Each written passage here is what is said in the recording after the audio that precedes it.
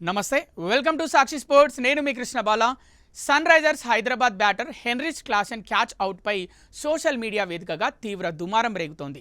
Third అంపైర్పై Sunrisers Hyderabad అభిమానులు ఆగ్రహం వ్యక్తం చేస్తున్నారు. అన్ని కోణాల్లో పరిశీలించకుండా అంత త్వరగా నిర్ణయం ప్రకటించాల్సిన అవసరం ఏముందని మండిపడుతున్నారు. కొందరు మాజీ క్రికెటర్లు సైతం థర్డ్ అంపైర్ నిర్ణయాన్ని తప్పుపట్టారు. భారత క్రికెట్ దిగ్గజం సునీల్ గవాస్కర్ థర్డ్ అంపైర్ తీరుపై విమర్శలు గుప్పించాడు.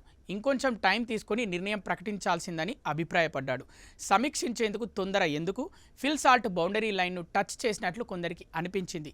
ఇలాంటి కఠినమైన నిర్ణయాలు తీసుకునేటప్పుడు జాగ్రత్తగా వ్యవహరించాలి. బెనిఫిట్ ఆఫ్ డౌట్ కింద బ్యాటర్కు అవకాశం ఇవ్వాలి. అందుకే నాకు ఈ నిర్ణయం సరిగ్గా అనిపించలేదు అని సునీల్ గవాస్కర్ అభిప్రాయపడ్డాడు. రొమారియో షెపార్డ్ వేసిన 14వ ఓవర్లో క్లాసెన్ ఇచ్చిన కష్టతరమైన క్యాచ్ను డీప్ మిడ్ వికెట్ బౌండరీ లైన్పై ఫిల్ సాల్ట్ అద్భుతంగా అందుకున్నాడు. ఈ క్రమంలో అతను బౌండరీ రోపై పడినట్లు కనిపించింది.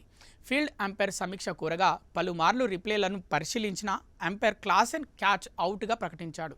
థర్డ్ అంపైర్ మరో కోణం నుంచి పరిశీలించకుండా నిర్ణయం ప్రకటించడంపై విమర్శలు వస్తున్నాయి.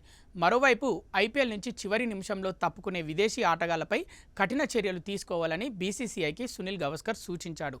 ప్రస్తుతం ఉన్న 2 ఏళ్ల నిషేధం రూల్ సరిపోదని, ఈ నిబంధనను మరింత కఠినంగా మార్చాలని అభిప్రాయపడ్డాడు. ప్రస్తుతం అమల్లో ఉన్న రూల్ ప్రకారం ఏ విదేశీ ఆటగాడైనా అనుమతి లేకుండా వైదొలిగితే 2 ఏళ్ల నిషేధం పడుతుంది. కుటుంబ వైద్యపరమైన కారణాలుంటే ఆటగాళ్లకు బీసీసీఐ అనుమతిస్తుంది. బెన్ డకెట్ చివరి నిమిషంలో ఐపీఎల్ నుంచి తప్పుకున్న సంగతి తెలిసిందే. దీంతోనే గవాస్కర్ ఈ వ్యాఖ్యలు చేశాడు.